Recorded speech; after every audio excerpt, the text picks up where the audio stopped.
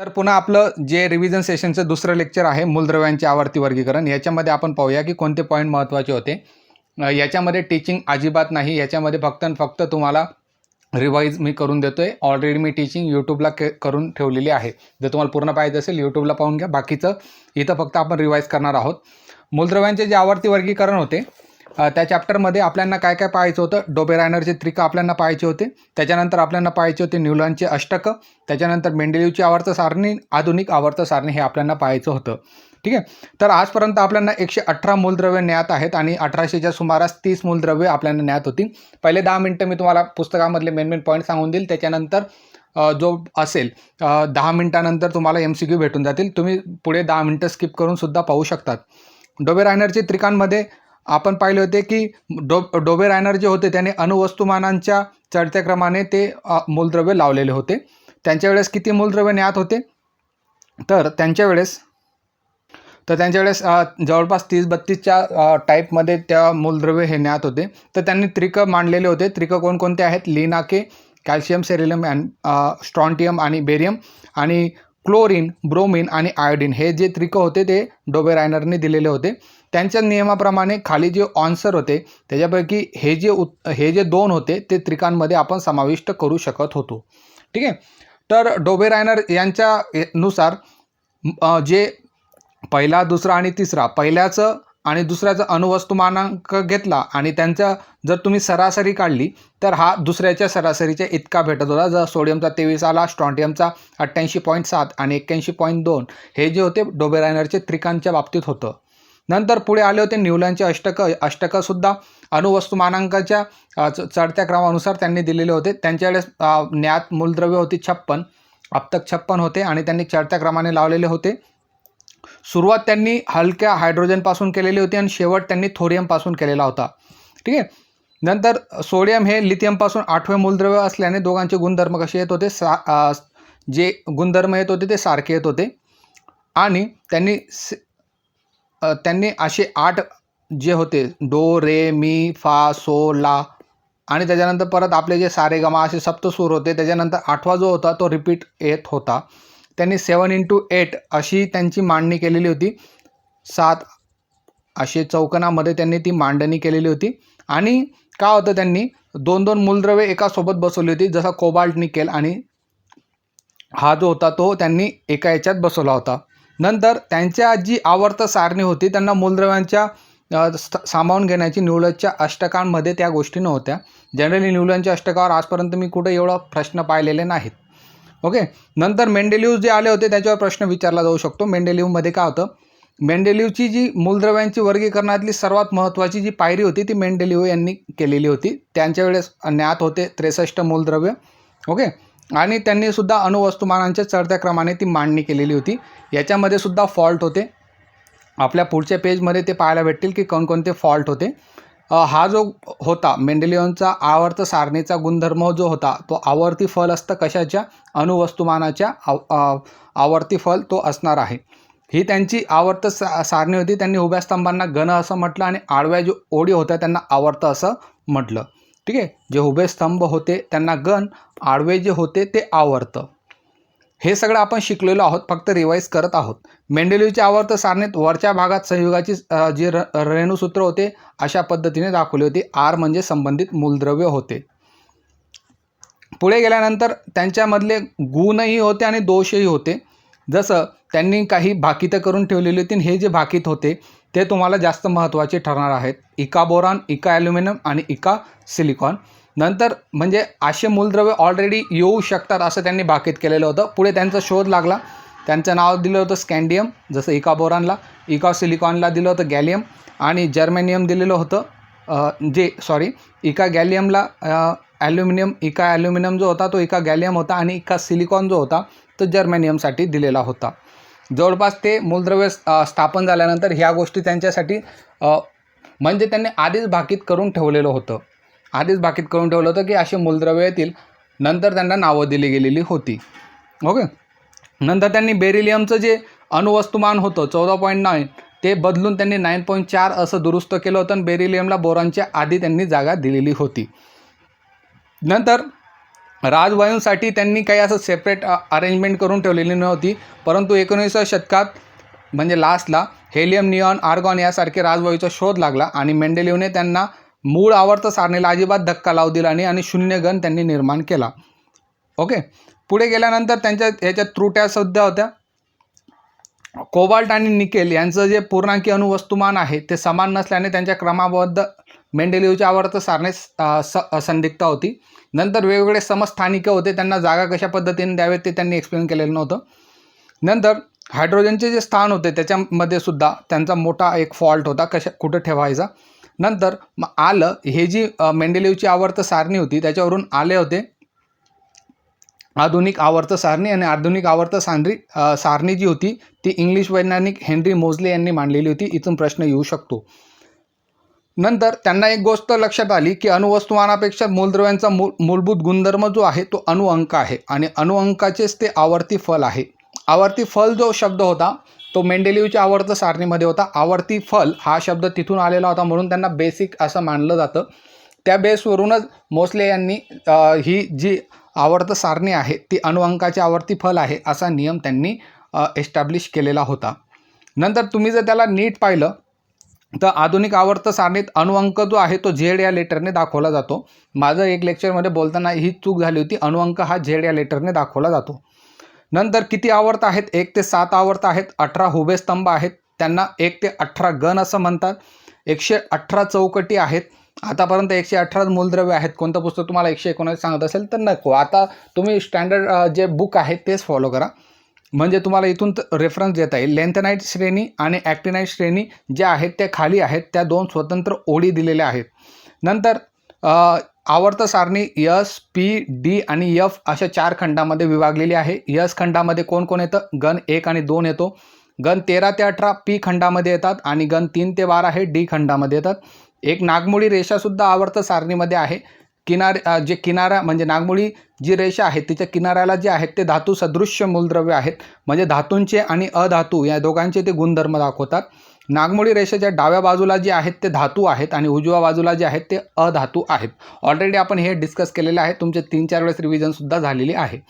Okay, नंतर मूलद्रव्यांचे electron स्वरूपण draw करण्यासाठी त्यांचं होतं. हे सगळ्या गोष्टी ज्या होत्या त्या आपण पाहिलेल्याच होत्या. अणुअंक 92 नंतर काय होतं? 93 ते म्हणजे 93 ते 118 ही मानवनिर्मित आहेत आणि ही सर्व मूलद्रव्य किरणोत्सारी आहेत आणि स्वरूपाची आहेत. किरणोत्सारी म्हणजे त्यांच्यामधून रेडिएशन हे अशा पद्धतीने बाहेर पडत असतं. ओके, नंतर पुढे गेल्यानंतर आपण हा पूर्ण टेबल डिस्कस केलेला होता आणि याची 1 ते 20 मूलद्रव्य मी तुम्हाला पाठ करायला लावलेले होते, त्याची ट्रिकसुद्धा सांगितलेली होती. नंतर हा तुमचा एफ खंड झाला ॲक्टिनाईट आणि लॅन्थनाईट सिरीजचा. पुढे गेल्यानंतर आपल्याला जी संयोजा आहेत, संयोजा कशा पद्धतीने रोल प्ले करते, मूलद्रव्याच्या जो बाह्यतम कक्षेमध्ये जेवढे इलेक्ट्रॉन असतात ते म्हणजे त्यांची संयोजा असते, त्यांना संयोजा इलेक्ट्रॉनसुद्धा असं म्हणतात. नंतर अणु आकारमान जो आहे एकदम लहान असतो अणूचा आकारमान, तर आपण त्याच्यासाठी पिकोमीटर हे एकक आपण वापरत असतो. ते नॅनोमीटरपेक्षा लहान असतं. पिकोमीटर म्हणजे 10⁻⁻12 मीटर असतं. इथं मूलद्रव्यांची त्रिज्या दिलेली आहेत. ऑक्सिजनची 66 पिकोमीटर आहे. नंतर बोरॉन, कार्बन यांची सगळ्यांची दिलेली आहे. पुढे गेल्यानंतर आपल्याला धातू आणि अधातू गुणधर्मामध्ये इलेक्ट्रॉन देणारे आणि इलेक्ट्रॉन घेणारे असे जे म्हणजे आवर्तामध्ये धातू गुणधर्म कशा पद्धतीने असतो आणि अधातू गुणधर्म कशा पद्धतीने असतो त्याच्यासाठी आपल्याला या गोष्टी दिलेल्या होत्या. जसं आपण डावीकडून जर उजवीकडे गेलो तर अणुत्रिज्या ही कमी होत जाते. आता इथं हायड्रोजन होता आणि एक हेलियम होता. एका टेस्टमध्ये मी विचारलं होतं की सगळ्यात कमी जी त्रिज्या आहे ती कशाची आहे, तर लोकांनी मला हायड्रोजन असं सांगून तिथं रिपोर्ट केलेला होता. जर हायड्रोजन जो आहे आणि हेलियम जो आहे त्याच्यामध्ये हेलियमची सगळ्यात कमी असेल, कारण की आपण डावीकडून उजवीकडे जात आहोत, त्याच्यामुळे हेलियमची कक्षा ही सर्वात लहान असेल. नंतर डावीकडून परत उजवीकडे गेलो तर विद्युत ऋणता किंवा अधातू गुणधर्म हा वाढत जातो आणि जर जो धातू गुणधर्म आहे डावीकडून उजवीकडे जाताना धातू गुणधर्म हा कमी होत जातो. ठीक आहे. नंतर हॅलोजन कूड जे आहेत ते गण 17 मध्ये असतात आणि त्यांचे रेणुसूत्र H2 असते. फ्लोरीन, क्लोरीन हे जे वायू आहेत, इथून प्रश्न निघू शकतो की फ्लोरीन, क्लोरीन कोणत्या अवस्थेत असतात. तर ते वायू अवस्थेत असतात. ब्रोमीन जो आहे द्रव अवस्थेत आहे आणि आयोडीन जो आहे तो स्थायू अवस्थेत आहे. जनरली आयोडीनबद्दल प्रश्न विचारला गेलेला आहे. आता आपण MCQ कडे जाऊया की MCQ कशा पद्धतीने असतील. 10 मिनिटांमध्ये मी तुम्हाला पूर्ण पुस्तकामधल्या कोणकोणत्या गोष्टी होत्या त्या एक्सप्लेन केलेल्या आहेत. आता MCQ आपण एक्सप्लेन करूया. प्रश्न पाहूया. डोबेरायनरच्या त्रिकांमध्ये मधल्या मूलद्रव्याचे अणुवस्तुमान हे अंदाजे इतर दोन मूलद्रव्यांच्या काय असतं सरासरी किंवा सरासरी एवढे आहे. म्हणजे वस्तुमानाच्या सरासरी एवढे असतं ते वस्तुमान. ठीक आहे. नंतर न्यूलँडने मूलद्रव्यांच्या मांडणीकरता वापरलेल्या नियमाला काय म्हटलं जातं तर तो अष्टकाचा नियम असतो. न्यूलँडचा अष्टकाचा नियम. नंतर मेंडेलिव्हच्या आवर्त सारणीतील इका सिलिकॉन या मूलद्रव्याचे आधुनिक आवर्त सारणीत काय म्हटलं गेलं. मी आत्ता बोललो तर मेंडेलिव्हने ऑलरेडी काही एक्सप्लेन करून दिलेले होते. इका सिलिकॉन जो होता त्याला दिलं गेलेलं होतं नाव जर्मेनियम. मूलद्रव्यांचा अणुअंक जो झेड हा त्याच्या अणुकेंद्रकात असणाऱ्या काय असतं अणुकेंद्रकात. आता अणुकेंद्रकात विचारलेला आहे. अणुकेंद्रकात तो प्रोटॉनच्या संख्ये इतका असतो. आधुनिक आवर्त सारणीत किती गण असतात. किती गण आहेत आधुनिक आवर्त सारणीत 18 गण आहेत. नंतर हे गण 16 मधील प्रथम मूलद्रव्य आहे. गण 16 मधलं प्रथम मूलद्रव्य त्यांनी विचारलेलं आहे तर ते आहे तुमचं ऑक्सिजन. ऑक्सिजन त्याचं उत्तर असणार आहे. अणुअंक 93 ते असणारी मूलद्रव्ये मानवनिर्मित आहेत. आता पुस्तकामध्ये दिलेलं 93 ते 118 जे आहेत ते मानवनिर्मित आहेत. यन कवचाची इलेक्ट्रॉन धारकता विचारलेली आहे. याच्यामध्ये आता आपण ते जे कवच आहेत ते आहेत के, एल, एम आणि एन. ओके. पहिली कक्षा, दुसरी, तिसरी आणि चौथी. तर याच्यात काय करायचं आपण 2चा पहिला घात, 2चा दुसरा घात, 2चा तिसरा घात आणि 2चा चौथा घात. एन कक्षेमध्ये 2चा चौथा घात येत होता. याच्यात 2, त्याच्यानंतर याच्यात 4, याच्यात होते 8 आणि याच्यात होते 32. ओके. तर एन कक्षा जी आहे तिच्यात इलेक्ट्रॉन धारकता जी होती ती 32 येत होती. नंतर क्लोरीन अणूंच्या अंतिम कवचात किती इलेक्ट्रॉन असतात. क्लोरीनबद्दल विचारलेलं होतं. तर क्लोरीनचा अणुअंक जो होता तो होता तुमचा 17. पहिल्या कक्षेत 2, दुसऱ्या कक्षेत 8 आणि तिसऱ्या कक्षेत 7 इलेक्ट्रॉन होते. पाण्याबरोबर अभिक्रिया न होणारा अल्कधर्मी मृदा धातू हा आहे. असा प्रश्न विचारलेला आहे. पाण्याबरोबर अभिक्रिया न होणारा अल्कधर्मी मृदा धातू कोण आहे. तर याचं जे उत्तर असणार आहे बेरिलियम. बेरिलियम याचं आन्सर असणार आहे. अल्कधर्मी मृदा धातू कशात असतात ते तुम्हाला माहितीच आहे. तर जे गण 2 मध्ये आहेत त्यांना अल्कधर्मी मृदा धातू असं म्हणतात. गण 1 मध्ये अल्कधातूंचा कूड आहे तो. गण 2 मध्ये कोण आहे अल्कधर्मी मृदा धातू. त्यांच्या बाह्यतम कक्षेमध्ये 2 इलेक्ट्रॉन असतात. सिंपल गोष्ट होती. नंतर या ऑप्शनमधून तुम्हाला चूज करायचं होतं खालचे उत्तर. आधुनिक आवर्त सारणीत सर्व ज्ञात मूलद्रव्यांची यादी ही त्यांच्या चढत्या क्रमाने लावली गेलेली आहे. तर अणुअंकाच्या चढत्या क्रमाने ती जी यादी आहे ती लावली गेलेली आहे. ओके. या वजनाने एकदम हलक्या मूलद्रव्यापासून त्याची सुरुवात होते. कोणत्या मूलद्रव्यापासून हायड्रोजनपासून त्याची सुरुवात होते आधुनिक आवर्त सारणीची. नंतर आवर्त सारणीत किती गण आहेत तर आधुनिक आवर्त सारणीमध्ये 18 गण आहेत. आणि आवर्त किती आहेत तर आवर्त आहेत 7. आवर्त 1 मध्ये कोणते मूलद्रव्य आहेत तर आवर्त 1 मध्ये किती मूलद्रव्य आहेत असं विचारलेलं आहे तर 2च मूलद्रव्य आहेत. नंतर आवर्त 7 मध्ये किती आहेत तर 32 मूलद्रव्य आवर्त 7 मध्ये आहेत. आता MCQ कडे जाऊया. MCQ मध्ये अल्कधातूंच्या बाह्यतम कवचातील इलेक्ट्रॉनची संख्या विचारलेली आहे. अल्कधातूंच्या बाह्यतम कक्षेमध्ये इलेक्ट्रॉनची संख्या जी असते ती 1 असते. अल्कधर्मी मृदा धातूंची संयोजक 2 आहे. याचा अर्थ त्यांची आधुनिक आवर्त सारणीतली जागा कुठं आहे. सिंपल प्रश्न होता. गण 2 मध्ये त्यांची जागा होती. नंतर मूलद्रव्य X च्या क्लोराईडचे रेणुसूत्र XCl आहे. ओके. हे संयुग म्हणजे उच्च द्रवणांक असलेला स्थायू आहे. X हे मूलद्रव्य आवर्त सारणीच्या ज्या गणात असेल त्या गणात पुढीलपैकी कोणते मूलद्रव्य असते. तर याचं जे उत्तर असणार आहे हा काय आहे उच्च द्रवणांक असलेला स्थायू आहे XCl. तर आपण उच्च मूलद्रव्य असणारा स्थायू जो आहे NaCl असतो, NaCl त्याचं उत्तर असणार आहे. नंतर पुढचा पाहूया, आधुनिक आवर्त सारणीत अधातू कोणत्या खंडात आहेत? अधातू जे आहेत ते तुमचे P खंडामध्ये असतात. ओके, जास्त इथे एक्सप्लेन करत बसत नाही, फक्त रिवाईज आहे आपलं. योग्य पर्याय निवडा विचारलेला आहे. एका विद्यार्थ्याला आवर्त सारणीतून 2 मूलद्रव्यांची निवड करण्यास सांगितले. त्याने निऑन आणि आर्गॉन यांची निवड केली. या दोहोंमध्ये अंतिम कक्षातील इलेक्ट्रॉनची संख्या. तर निऑन आणि आर्गॉनची जी अंतिम कक्षा आहे त्यांच्यामधली इलेक्ट्रॉनची संख्या 8 असते. सिंपल होतं, अष्टक, आणि ते निऑन बनायचं होतं, आर्गॉन बनायचं होतं. स्टोरीमध्ये मी तुम्हाला सांगितलं होतं. 4 विद्यार्थ्यांनी आवर्त 3 मधील 2 धातूंच्या नावांची नोंद केली. सोडियम आणि सिलिकॉन, मॅग्नेशियम आणि ॲल्युमिनियम, सोडियम आणि पोटॅशियम, सोडियम आणि ॲल्युमिनियम. या धातूंच्या नावांची अचूक नोंद कोणी केलेली आहे? आवर्त 3 मधले आपले धातू ओळखायचे आहेत. तर निलेश जो आहे त्याने मॅग्नेशियम आणि ॲल्युमिनियम आवर्त 3 मधला केलेला आहे. आणि जो प्रीती आहे, सोडियम आणि ॲल्युमिनियम हे जे आहेत त्यांनी आवर्त 3 मधले केलेले आहेत. म्हणजे अचूक नोंद जी केलेली होती ती आहे तुमची निलेश आणि प्रीती. अणुत्रिज्येचा योग्य उतरता क्रम लावा. अणुत्रिज्या जो होता तो तुम्हाला अशा पद्धतीने बॉक्स दिलेला होता, OBC असं लिहिलेलं होतं. त्याच्यानुसार अणुत्रिज्येच्या किंवा तुम्हाला अणुत्रिज्येच्या नुसारच जर पाहायचं गेलं तर आधुनिक आवर्त सारणीमध्ये अणुत्रिज्या दिलेली आहेत.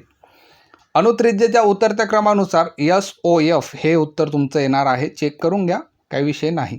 बेरिलियमचा छोटा तुकडा चंचू पात्रातली पाण्यात टाकला असता तुम्हाला काय दिसून येईल? ओके, वायूच्या उत्सर्जनसहित घडून येणारी अतिजलद रासायनिक अभिक्रिया घडते. अवक्षेप तयार होतो, द्रावणाचा रंग काळा होतो, अभिक्रिया होतच नाही.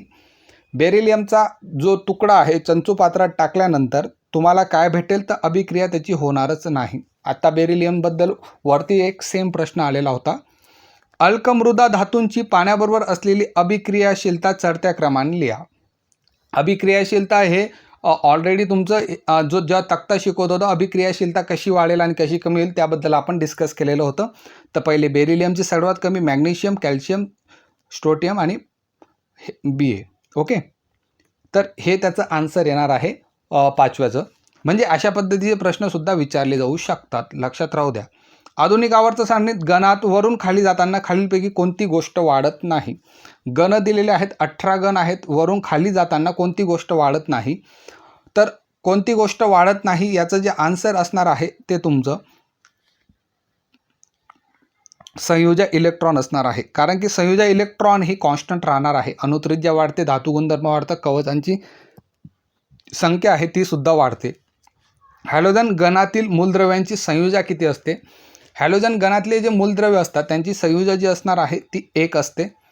सोपा प्रश्न होता. नंतर हॅलोजन गणातील क्रियाशील मूलद्रव्य असतात. हॅलोजन गणातील क्रियाशील मूलद्रव्य असते. कोणते आहे क्रियाशील मूलद्रव्य? तर फ्लोरीन क्रियाशील मूलद्रव्य असं काय प्रश्न होता, पण फ्लोरीन उत्तर आहे याचं. हॅलोजन गणातील क्रियाशील मूलद्रव्य असते. फ्लोरीन हे हॅलोजन गणातील क्रियाशील मूलद्रव्य आहे. आयोडीन पण आहे, क्लोरीन पण होतं. ठीक आहे. कक्ष तापमानाला द्रवरूप असणारे हॅलोजन मूलद्रव्य. कक्ष तापमानाला कोणता द्रवरूप आहे? आपण तिथं आत्ता मी जेव्हा रिवाईज करत होतो तेव्हा सुद्धा हा टॉपिक आलेला होता. कक्ष तापमानाला जो द्रवरूप आहे तो आहे तुमचा ब्रोमीन. गणात वरून खाली जाताना मूलद्रव्यांचा धातू गुणधर्मात काय बदल होतो? गणात वरून खाली जाताना मूलद्रव्यांचा जो धातू गुणधर्म आहे तो वाढत जातो. आवर्तामध्ये डावीकडून उजवीकडे जाताना मूलद्रव्यांची संयोजा कशी होते?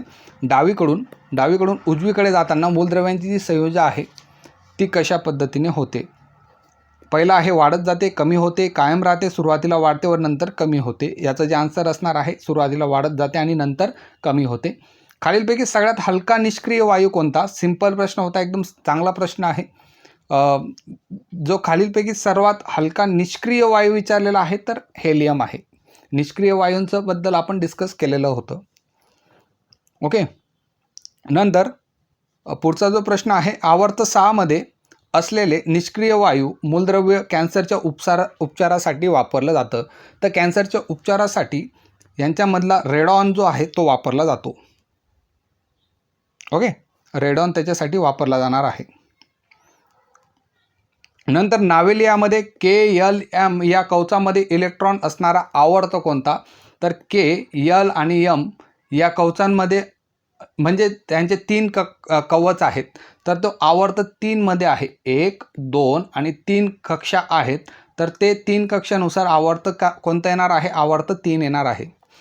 शून्य संयोजा असलेला गण कोणता आहे? ज्यांची संयोजा 0 आहे तो तुमचा गण 18 असतो. नंतर संयोजा 1 असलेल्या अधातूंचे कुल कोणते आहे? संयोजा 1 असलेला असतो तुमचा हॅलोजन्स. हॅलोजनची संयोजा जी असते ती संयोजा 1 आहे आणि अधातू विचारलेला आहे म्हणून तो हॅलोजन उत्तर येणार आहे. संयोजा 1 असलेल्या धातूंचं जे कुल आहे ते अल्कधातू असतात आणि संयोजा 2 असलेल्या धातूंचे जे कुल आहेत ते अल्कधर्मी मृदा धातू असतात. आवर्त 3 मध्ये असलेले गण 18 मधील मूलद्रव्य कोणते? आवर्त 3 असलेले गण 18 मधील मूलद्रव्य त्यांनी विचारलेलं आहे, तर ते असणार आहे आर्गॉन.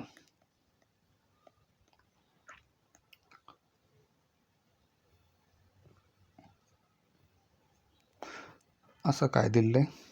अणुअंक 92 असलेले मूलद्रव्य ज्यांचा अणुअंक 92 आहे ते आहे युरेनियम.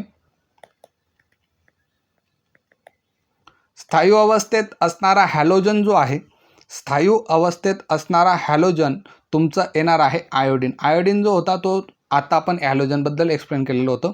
फक्त K आणि L या कवचांमध्ये इलेक्ट्रॉन असणारा निष्क्रिय वायू 2 कक्षा आहेत, K आणि Lच आहे. आणि कोणता आहे निष्क्रिय वायू विचारलेला आहे, तर त्याचं उत्तर असणार आहे निऑन. फक्त वाफेबरोबर अभिक्रिया होणारा अल्कधर्मी मृदा धातू कोणता? तो असेल मॅग्नेशियम. ओके, याच्या खाली सगळे आन्सर दिलेले आहेत. एका प्रश्नामध्ये थोडंसं कन्फ्युजन होतं. चूक की बरोबर ओळखा. गॅलियम ऑक्साईड हे उभयचर्मी ऑक्साईड आहे. गॅलियम ऑक्साईड हे उभयचर्मी ऑक्साईड आहे. राईट आहे. इतका डीपली प्रश्न विचारला जाणार नाही. हायड्रोजन अल्कधातूंशी तसेच हॅलोजनशी साम्य दाखवतो. हायड्रोजन हा अल्कधातूंशी तसेच हॅलोजनशीही साम्य दाखवतो. तर हायड्रोजन हा पहिल्या गणात आहे आणि अल्कधातूंचा तो गण आहे आणि हॅलोजनशीही तो साम्य दाखवतो कारण की त्याची जी संयोजा आहे ती 1 आहे.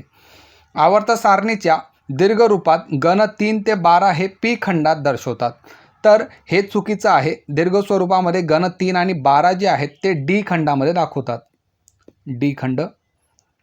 एकाच गणातील मूलद्रव्यांच्या रासायनिक गुणधर्मांचे साधर्म्य व प्रवणता दिसून येते. तर एकाच गणामध्ये जर असतील तर मूलद्रव्यांच्या रासायनिक गुणधर्मात साधर्म्य आणि प्रवणता दिसून येतं, तर हे स्टेटमेंटसुद्धा राईट आहे. एकाच गणामध्ये ते होत असतं.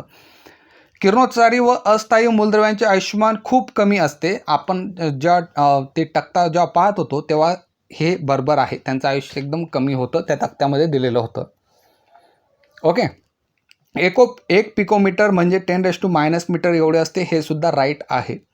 आवर्तामध्ये डावीकडून उजवीकडे जाताना अणुत्रिज्या वाढत जाते, तर हे जे स्टेटमेंट आहे ते चूक आहे. जेव्हा आपण डावीकडून उजवीकडे जातो तेव्हा अणुत्रिज्या ही कमी होत जाते. ओके. आवर्तामध्ये डावीकडून उजवीकडे जाताना विद्युत ऋणता वाढत जाते, तर डावीकडून उजवीकडे जाताना विद्युत ऋणता ही वाढत जाते. राईट आहे. मूलद्रव्यांची विद्युत धनता किंवा विद्युत ऋणता जेवढी कमी तेवढी त्यांची अभिक्रियाशीलता जास्त असते, तर हे चुकलेलं आहे. याच्यामध्ये त्यांची जी विद्युत ऋणता किंवा विद्युत धनता असते ती जेवढी जास्त असते तेवढे ते अभिक्रियाशीलता त्यांच्यामध्ये जास्त असते. गण 16 मध्ये मूलद्रव्यांची संयोजा 2 असते, तर गण 16 मधले जे मूलद्रव्य आहेत त्यांची संयोजा 2 असते. हे स्टेटमेंट बरोबर आहे. आता गटातनं बसणारा शब्द पाहूया. पहिला आहे लिथियम, बेरिलियम, बोरॉन आणि क्लोरीन. तर हे विचारलेलं आहे की यांच्यापैकी गटात कोणता बसत नाही. तर लिथियम, बेरिलियम, बोरॉन आणि क्लोरीन यांच्यापैकी गटातनं बसणार असेल क्लोरीन, कारण की क्लोरीन जो आहे तो आवर्त 3 मध्ये आहे आणि जे बाकीचे आहेत ते आवर्त 2 मधले मूलद्रव्य आहेत. बेरिलियम, मॅग्नेशियम, पोटॅशियम आणि कॅल्शियम यांच्यापैकी विचारलेलं आहे, तर पोटॅशियम याचा आन्सर येणार आहे. पोटॅशियम काय येणार आहे? कारण की पोटॅशियम गण 1 मध्ये आहे. ओके. आणि जे बेरिलियम, मॅग्नेशियम आणि कॅल्शियम आहेत ते गण 2 मधले मूलद्रव्य आहेत. पाहूया पुढचा. फ्लोरीन, हेलियम, निऑन आणि आर्गॉन. फ्लोरीन जो आहे याचं आन्सर असणार आहे की कारण की फ्लोरीन हा हॅलोजन आहे आणि बाकीचे जे आहेत ते निष्क्रिय वायू आहेत, त्यांना राजवायू असं सुद्धा म्हणतात. पुढे पाहूया, कार्बन, नायट्रोजन, फ्लोरीन आणि सल्फर. चौथा प्रश्न आहे. चौथ्याचं उत्तर जे असणार आहे ते सल्फर येणार आहे. सल्फर का? कारण की जो सल्फर आहे तो तिसऱ्या याच्यात आहे, तिसऱ्या गणात आहे, परंतु इतर मूलद्रव्ये जे आहेत ते 2-2-2च्या गणामध्ये आहेत. ओके. लिथियम, सोडियम, मॅग्नेशियम आणि पोटॅशियम. तर याचं उत्तर सुद्धा मॅग्नेशियम येणार आहे. आता बोललो की लिथियम कशात येतो? लिथियम तुमचा अल्कधातू आहे, हा अल्कधातू आहे. मॅग्नेशियम अल्कधर्मी मृदा धातू आहे, हा पण अल्कधातू आहे. ओके. 6वा पाहूया. तर याच्यामध्ये तुमचं उत्तर येणार आहे ॲल्युमिनियम. ॲल्युमिनियम काय येणार आहे? कारण की ॲल्युमिनियम हा पी खंडामध्ये येतो. नंतर हा जो तुमचा आयन आहे, कोबाल्ट आणि निकेल आहे, हे डी खंडातले मूलद्रव्य आहेत. जास्त असे इतक्या डीपली प्रश्न तुम्हाला विचारले जाणार नाही, टेन्शन घेऊ नका. फक्त आपण रिवाईज करत आहोत, तर एक हाय लेवलला जाऊन थोडीशी रिवाईज आपण करत आहोत. ओके. फ्लोरीन, ऑक्सिजन, ब्रोमिन आणि आयोडीन. याच्यामधला उत्तर तुमचं ऑक्सिजन असणार आहे. ऑक्सिजन गण 16मध्ये येतो आणि बाकीचे जे आहेत ते गण 17चे मूलद्रव्य आहेत. आता गॅलियम तुम्हाला विचारलेला आहे, सहसंबंध पूर्ण करा. गॅलियम ऑक्साईड त्याचं सूत्र दिलेलं आहे Ga2O3. तर तुम्हाला विचारलं आहे गॅलियम क्लोराईड, तर गॅलियम क्लोराईड आहे GaCl3. ओके, सूत्र त्यांनी दिलेलं होतं. नंतर दुसऱ्या प्रश्नामध्ये लिथियम जसा दुसऱ्या आवर्तात आहे, तर ॲल्युमिनियम कशात आहे? तर ॲल्युमिनियम हा तिसऱ्या आवर्तात आहे. तिसऱ्या प्रश्नामध्ये अल्कधातू आणि यस खंड. अल्कधातू जे असतात ते यस खंडामध्ये आहेत. तसंच संक्रमक मूलद्रव्य जे आहे ते कोणत्या खंडात असतील? तर संक्रमक मूलद्रव्य जे आहेत ते डी खंडात आहेत.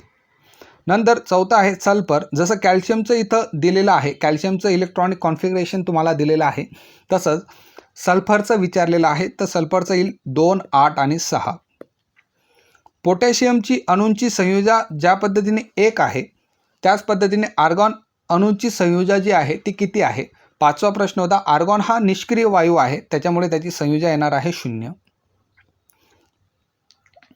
नंतर स्तंभ आपल्याला पूर्ण करायचा आहे. स्तंभामध्ये त्रिक. तर त्रिक काय होती? पहिल्या व तिसऱ्या अणुवस्तुमानांची सरासरी होती त्रिकांमध्ये, आणि त्यांचा शोध कोणी लावलेला होता? डोबेरायनर यांनी लावलेला होता. अष्टक काय होती? अष्टकांमध्ये 8व्या मूलद्रव्याचे गुणधर्म पहिल्यासारखे असतात, हा अष्टकाचा नियम होता, आणि त्यांचा जो शोध लावला होता तो न्यूलँडची अष्टकं ते होती. अणुअंकाच्या बाबतीत बोलायचं झालं तर अणुअंक काय असतो? अणुअंक जो असणार आहे तो असणार आहे तुमच्या अणुकेंद्रकातील धनप्रभार. धनप्रभार प्रोटॉनची संख्या असेल ती अणुअंक असणार आहे. आणि अणुअंक जो आहे त्याच्याबद्दल ज्यांनी भाष्य केलेलं होतं ते तुमचे असणार आहेत मोस्ले. आवर्तच्या बाबतीत आपण पाहायला गेलं तर आवर्तामध्ये तुमचा रेणुसूत्रांमध्ये क्रमाक्रमाने जो बदल होतो त्याचा रेणुसूत्रामध्ये क्रमाक्रमाने जे बदल होतो त्याला आवर्तामध्ये ते होणार आहे, आणि मेंडेलिव्हने ते आवर्त सारणी मांडलेली होती. अणुकेंद्रकमध्ये बोललो, अणुकेंद्रक जे आहे 5व्या नंबरचं अणुकेंद्रक काय असतं? तर एकवटलेले वस्तुमान आणि धनप्रभार अणुकेंद्रक असतो. आणि अणुकेंद्रकाबद्दल बोललं होतं ते रुदरफोर्ड पुस्तकात दिलेलं नाही, फक्त आपल्याला एक गोष्ट लक्षात ठेवायची आहे. इलेक्ट्रॉन काय असतो? इलेक्ट्रॉन असणार आहे सर्व अणूमध्ये हलका आणि ऋणप्रभारित कण असणार आहे, आणि इलेक्ट्रॉनचा शोध जो लावला होता तो थॉम्सन यांनी लावलेला होता. तर हा तुमचा पूर्ण तक्ता झालेला आहे. पुढे आपण गेलं तर कोणते धातू कोणत्या याच्यात आहेत?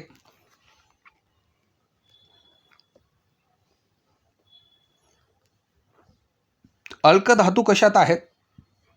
तर अल्कधातू गण 1 मध्ये आहेत. अल्कधर्मी मृदा धातू कशात आहेत? तर अल्कधर्मी मृदा धातू गण 2 मध्ये आहेत. हॅलोजन कूल कशात आहे? तर हॅलोजन 17 मध्ये असतात. आणि निष्क्रिय वायू कशात आहेत? तर गण 18 मध्ये असतात. ओके. नंतर अ गटातील मूलद्रव्यांच्या ब गटातील इलेक्ट्रॉन स्वरूपांबरोबर जोड्या जोडवा. पोटॅशियमचं विचारलेलं आहे. तर पोटॅशियमचं जो इलेक्ट्रॉनिक कॉन्फिगरेशन असेल ते तुमचं येणार आहे 2881 आणि ॲल्युमिनियमचं इलेक्ट्रॉनिक कॉन्फिगरेशन जर विचारलेलं असेल तर ते येणार आहे 283 19 13. ठीक आहे, 20पर्यंत आपल्याला पाठ करायचे होते आणि इलेक्ट्रॉनिक कॉन्फिगरेशन मी तुम्हाला ड्रॉ करायला लावलेले होतेच. नंतर अ गटातील परत जोड्या जुळवायच्या आहेत. गण 1 आणि 2 चा समावेश कशात होतो तर यस खंडामध्ये त्यांचा समावेश होतो आणि गण 3 ते 12 जे आहेत त्यांचा समावेश डी खंडामध्ये होतो. पुढे जाऊया. डोबेरायनरचे त्रिकांबद्दल आपण डिस्कस केलेला होतच. सर्व ज्ञात मूलद्रव्यांचे डोबेरायनरच्या त्रिकांमध्ये आलं नाही याची काही गरज नाही. न्यूलँडची अष्टकं आपण डिस्कस केलेली होती. न्यूलँडची त्रुट्या आपण बोललेलो होतो. ओके. त्याच्यानंतर मेंडेलिव्हचा आवर्ती नियम जो आहे, अणुवस्तुमानांचे आवर्ती फल असते. लक्षात राहू द्या, भरपूर लोक चुकून टाकलेले होते आपल्या टेस्ट सिरीजमध्ये. मेंडेलिव्हचा आवर्त नियम विचारलेला होता. ओके. मेंडेलिव्हच्या वेळेस 63 मूलद्रव्ये ज्ञात होती. गुण सांगा, दोष सांगा, या गोष्टी आता इथं करायच्या नाहीत.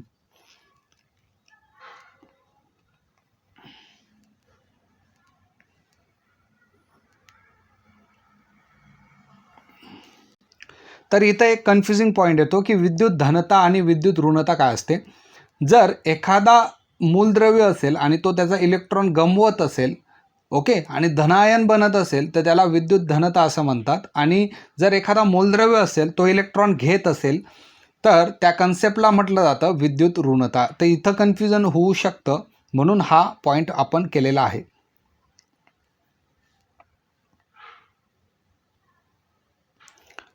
सर्वात कमी अणुवस्तुमानाचा जो अणु आहे तो हायड्रोजन आहे. सर्वात कमी विद्युत ऋण अणु आहे तो फ्लोरीन आहे.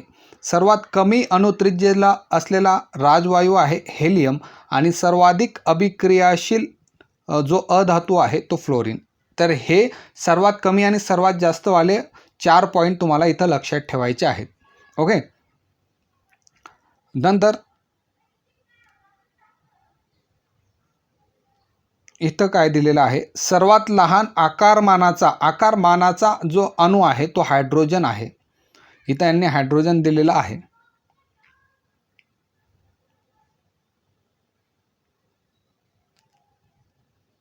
तर याचा आन्सर देताना काय केलं, याच्यात राजवायूंचा त्यांनी संबंध ठेवला नाही. इथं जे असतात की वॅन्डरवॉल फोर्स पण असतात, परंतु जर सर्वात लहान अणुत्रिज्या जी असेल त्याचं उत्तर कमी अणुत्रिज्या असलेलं जो असेल तो हेलियमच येणार आहे. पुस्तकामध्ये हायड्रोजनचा 120 दिलेला आहे आणि हेलियमचा 140 दिलेला आहे, परंतु ॲक्च्युअलमध्ये तुम्ही वॅन्डरवॉल फोर्सचा वापर करूनच त्या गोष्टी कॅल्क्युलेट करतात, म्हणून हेलियम हे उत्तर राईट येईल. सगळ्यात कमी अणुत्रिज्या असलेलं हेलियम आहे. ओके. नंतर अजून प्रश्न पाहूया की कोणते प्रश्न आपल्याला विचारले जाऊ शकतात.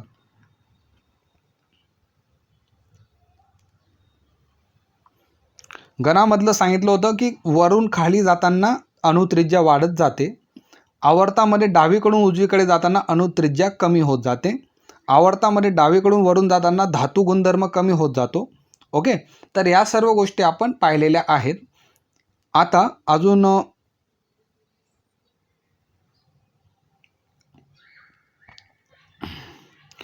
इलेक्ट्रॉन स्वरूपण दर्शवणारे आकृती तुम्हाला विचारू शकतात. तुम्हाला यांचे सर्वांचे काय आहेत, तुम्हाला यांचे जे 20पर्यंत मूलद्रव्य आहेत त्यांचे अणुअंकन, त्यांचे सर्व गोष्टी पाठ पाहिजे, म्हणजे तुम्ही इलेक्ट्रॉन स्वरूपण काढू शकतात. लेक्चरमध्ये ऑलरेडी मी ते डिस्कस केलेलं होतं.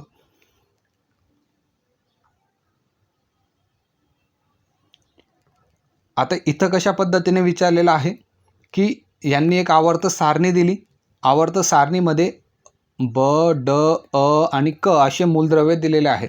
प्रश्न विचारलेला आहे कोणते मूलद्रव्य धातू सदृश्य आहे. मूलद्रव्य ब जे आहे ते धातू सदृश्य आहे, कारण की इथून नागमोडी रस्ता जाते आणि नाव आहे सिलिकॉन. मूलद्रव्य क जो आहे आणि ड पैकी मोठी मूलद्रव्यांची अणुत्रिज्या कोणाची मोठी आहे, तर मूलद्रव्य क ची अणुत्रिज्या मोठी असेल, कारण की असे जाताना अणुत्रिज्या कमी होत जाते. मूलद्रव्य अ ओळखायला लावलं आणि त्याचे स्वरूपण लिहायला लावले. अ म्हणजे तुमचा सल्फर असणार आहे. इलेक्ट्रॉनिक स्वरूपण 286. ठीक आहे. तर अशा पद्धतीचे प्रश्न इथून फ्रेम होतात. तर आत्ताच्या लेक्चरमध्ये मी के, एल आणि एम या कक्षेबद्दल बोललो होतो. 2n² त्याचा फॉर्म्युला असतो. माझ्याकडून चुकीने n² बोलला गेला होता. तर 2n के कक्षेमध्ये 2 असतात, 8 असतात, 18 असतात आणि पुढे 32 असतात. ठीक आहे. तर तिथं चुकीने माझ्याकडून 2n² जागेवर म्हणजे मी n² बोलून गेलेलो होतो. 2n² त्याचं आन्सर असणार आहे. के कक्षा ची किंमत 1 असते, एल कक्षेमध्ये 2 असते आणि ची कक्षा असते 3. ठीक आहे. तर आता जर आपण या टॉपिकमधले काही मूलद्रव्य आपल्याला पाहणे गरजेचे आहे. कारण की काय होतं, आरोग्यविषयक जर प्रश्न विचारलं आणि तुम्हाला डोबेरायनर त्रिक वगैरे न विचारता ते काय करतील, काही जे मूलद्रव्य आहेत त्यांचे मेडिकल फील्डमध्ये कोणते उपयोग आहेत त्याबद्दल तुम्हाला विचारू शकतात. तर पहिला आहे हेलियम. हेलियम काय असतो, वजनाने एकदम हलका आहे, ज्वालाग्रही नाही आणि त्याचा वापर जो आहे फुग्यात भरण्यासाठी केला जातो.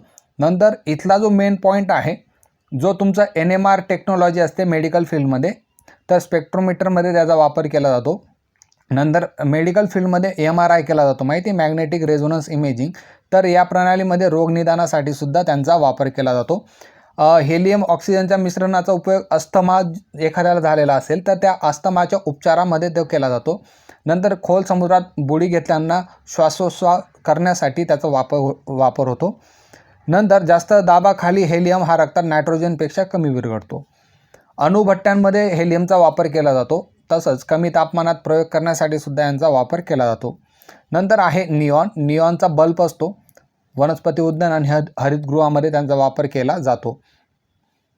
निऑनचा जो जनरली वापर आहे तो लाईटमध्येच असतो, लाईटमध्येच त्याचा वापर केला जातो आणि सिग्नल पार्क अशा दूरदर्शन संचात निऑनचा वापर केला जातो.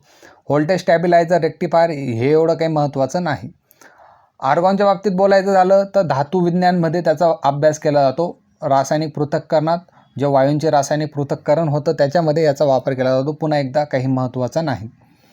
नंतर क्रिप्टॉनचा जो उपयोग आहे तुमच्यासाठी, जो मेन उपयोग आहे तो आहे तुमचा धातूंचा, प्लास्टिक आणि धातूंची मोजण्यासाठी, जी जाडी असते ती मोजण्यासाठी, आणि कॉस्मिक किरण जे असतात ते क्रिप्टॉन ॲटॉमिक लॅब बनवण्यासाठी यांचा उपयोग होतो. हा पॉईंट तुम्हाला महत्त्वाचा ठरेल.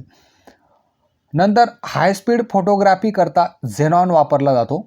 आणि रेडॉन जो आहे, इथं तुम्हाला मेन पॉईंट बसणार आहे, तो आहे कॅन्सरच्या उपचार जिथं होतो तेव्हा रेडिओथेरपी केली जाते, त्याच्यामध्ये रेडॉनचा वापर हा केला जातो. जनरली काय, आरोग्यविषयक प्रश्न जर तुम्हाला असं विचारलं की आरोग्यविषयक प्रश्न, आणि त्यांनी रेडॉनचा उपयोग तुम्हाला विचारू शकतात, लक्षात ठेवायचं आहे. किरणोत्सारितावर संशोधन करण्यासाठी याचा वापर होतो. तर हे सर्व झाले तुमचे जे निष्क्रिय वायू आहेत त्यांचा उपयोग. आता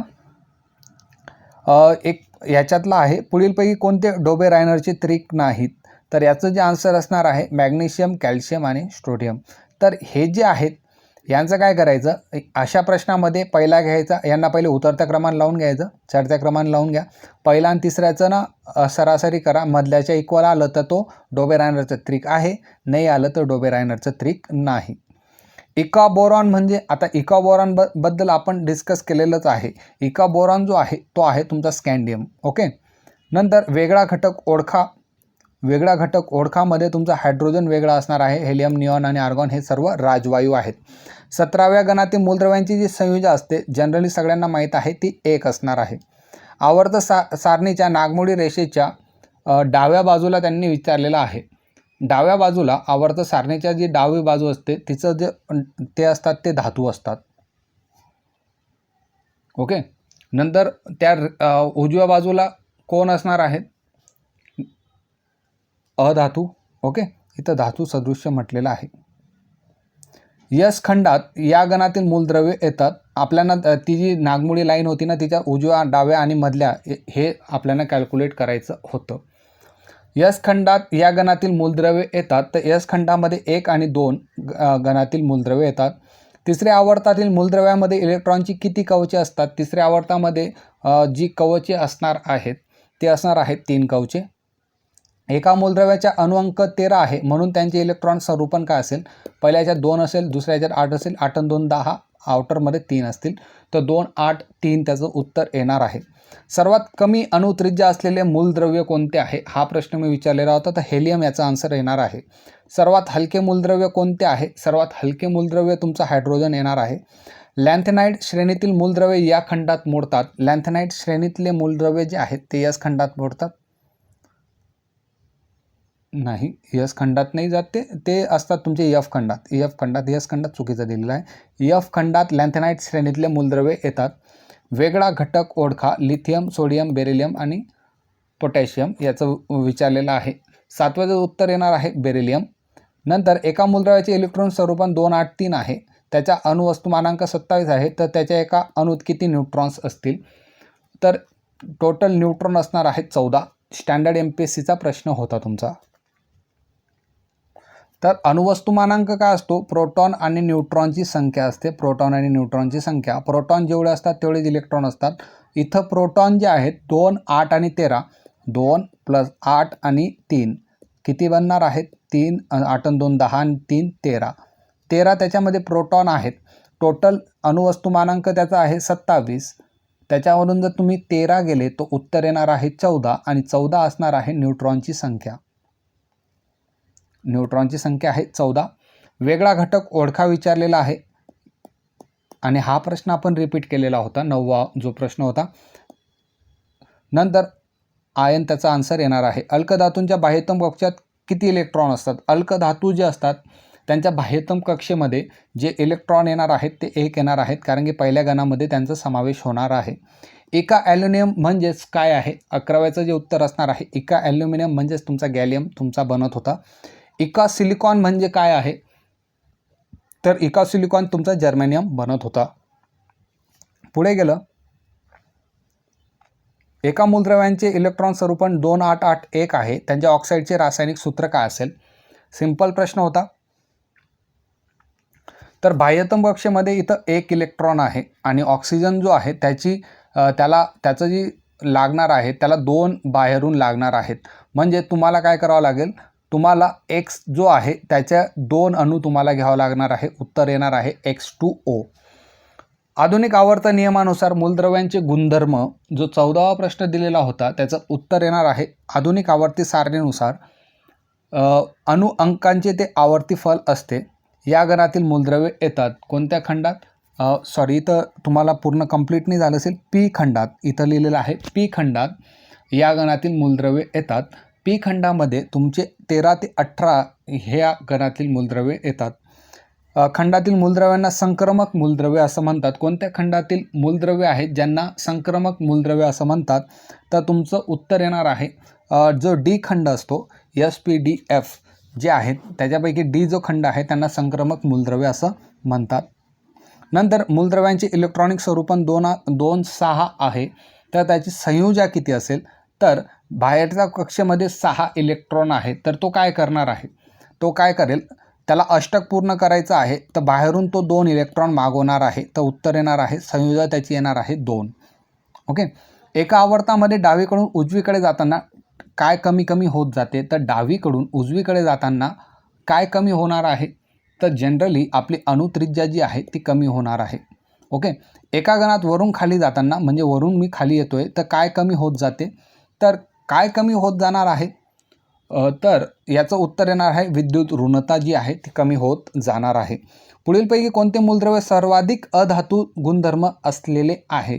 त्यांचे तुम्हाला अणुअंक दिलेले आहे आणि सर्वाधिक अधातू गुणधर्म कोणाचे आहेत? तर याच्यामध्ये ज्यांचा अणुअंक मोठा असेल तो तुम्हाला कन्सिडर करावा लागेल. तर तो येणार आहे फ्लोरीन. 9 त्याचं उत्तर असणार आहे. ओके. तर अशा पद्धतीने आपण रासायनिक अभिक्रिया आणि समीकरणं हे चॅप्टरचे पूर्ण MCQ कंप्लीट केलेले आहेत. भरपूर MCQ मी ऑलरेडी 50 ते 60 MCQ तिकडे दिलेले होते आणि आता बी तुम्हाला 50 ते 60 MCQ आपण कंप्लीट केलेले आहेत. फक्त ही रिव्हिजन लेक्चर होतं म्हणून जास्त एक्सप्लेन मी करत बसलेलो नाही. धन्यवाद.